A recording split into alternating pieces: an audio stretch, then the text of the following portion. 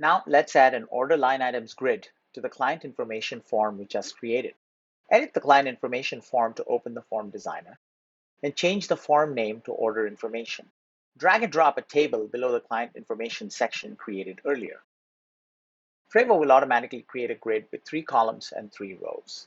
Drag a drop down from the palette and drop it to the right of col 0 in the table. Then click the left arrow at the top of the column we just added to move it to the left into the first column position. Click the header of this drop-down control, and in the Settings panel, change the label and name to Item. Make sure both label and name are set to Item. Click the actual drop-down control in any row.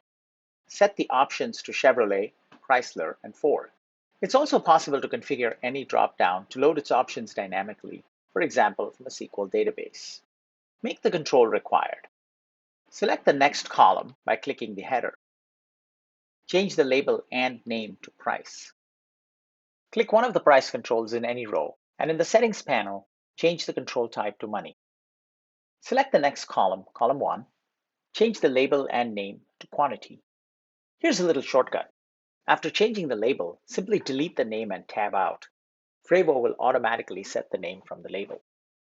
Click one of the quantity controls in any row, and in the Settings panel, change the control type to Quantity. Select the last column, column 2, and change the label and name to Subtotal.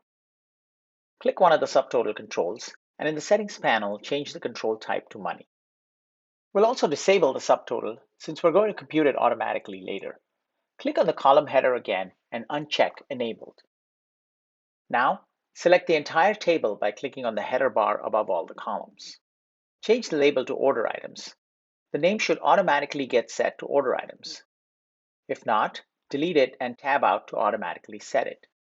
Change the min to 1. This means at least one order line item is required. Set the max to 5, meaning you can have at most 5 line items. Click the Style tab and set the column widths to 40%, 20%, 20%, 20%. This will resize the columns of the table. You can set it to any combination of values that add up to 100%. Finally, drag and drop a money control below the table. Change the label to Grand Total. The name will get set to Grand Total. You can change the width to whatever you want. In the Settings panel, disable this control, meaning uncheck Enabled. Let's try out this form. Click the magic wand icon to test the form as before, and fill out the top part. See that the first row of the table is required. The money and quantity controls will only accept values that make sense for their types. You can add rows up to the max you set earlier, and you cannot remove the last remaining row. In the next video, we'll add some business rules to automatically initialize form fields, calculate the subtotals, and the grand total.